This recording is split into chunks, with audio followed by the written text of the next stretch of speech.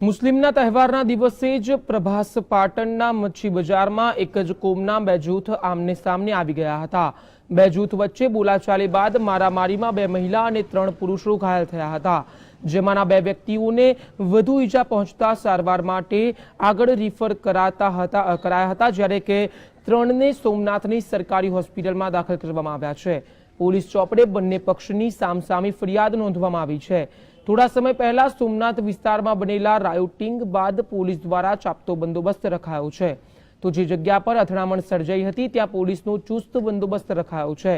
કોઈ મોટી ઘટના ન ઘટે તે માટે પોલીસે પેટ્રોલિંગ પણ વધુ બનાવી દીધું છે, જ્યારે કે સરકારી દવાખાનામાં પણ કોઈ શાંતિ હણવાની કોશિશ ન થાય તે માટે પણ પોલીસ બાજ નજર રાખી રહી છે।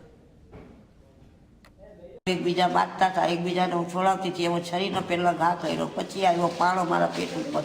તો સાહેબ મને ખૂનના ખભેડા જતા હતા તો સાહેબ મને લઈ ને મોટરસાઇકલ પર રાખીને અહીં દવાખાને દાખલ કરી દીધી। અમારી બા મુરગીની દુકાનમાં વેપાર કરતા હતા ને, તો અચાનક જ 5-6 જણા આવીને તોડાથી છાબડાથી મારીને દુકાનનો વેપારને બધી લૂંટી ગયા।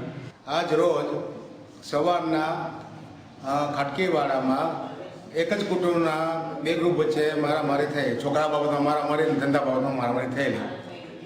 એમાં 5 જણા લાગી ગયેલ છે અને હોસ્પિટલ દાખલ કરેલ છે। એક બેને જૂનાગઢ આપણે વેરાવળ રેફર કરેલ છે અને બંનેની ફરિયાદ લેવામાં આવી છે અને